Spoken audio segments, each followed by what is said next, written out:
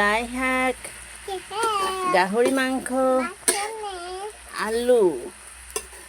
আজি গাহৰি মাংস, লাই শাক, আলু বনাইছোঁ। এক চৰু বনাইছোঁ দেই।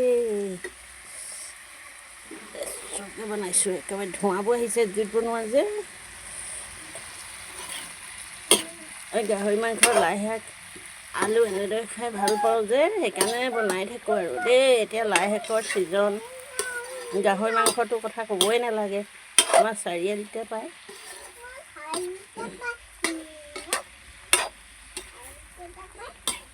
আমাৰ চাৰিআলিতে পায় গাহৰি মাংস। লাই শাকৰ ছিজন আৰু খাই থাকা নতুন আলু। ফুচুঙাটো ফুচুঙাটো নেদেখাচোন।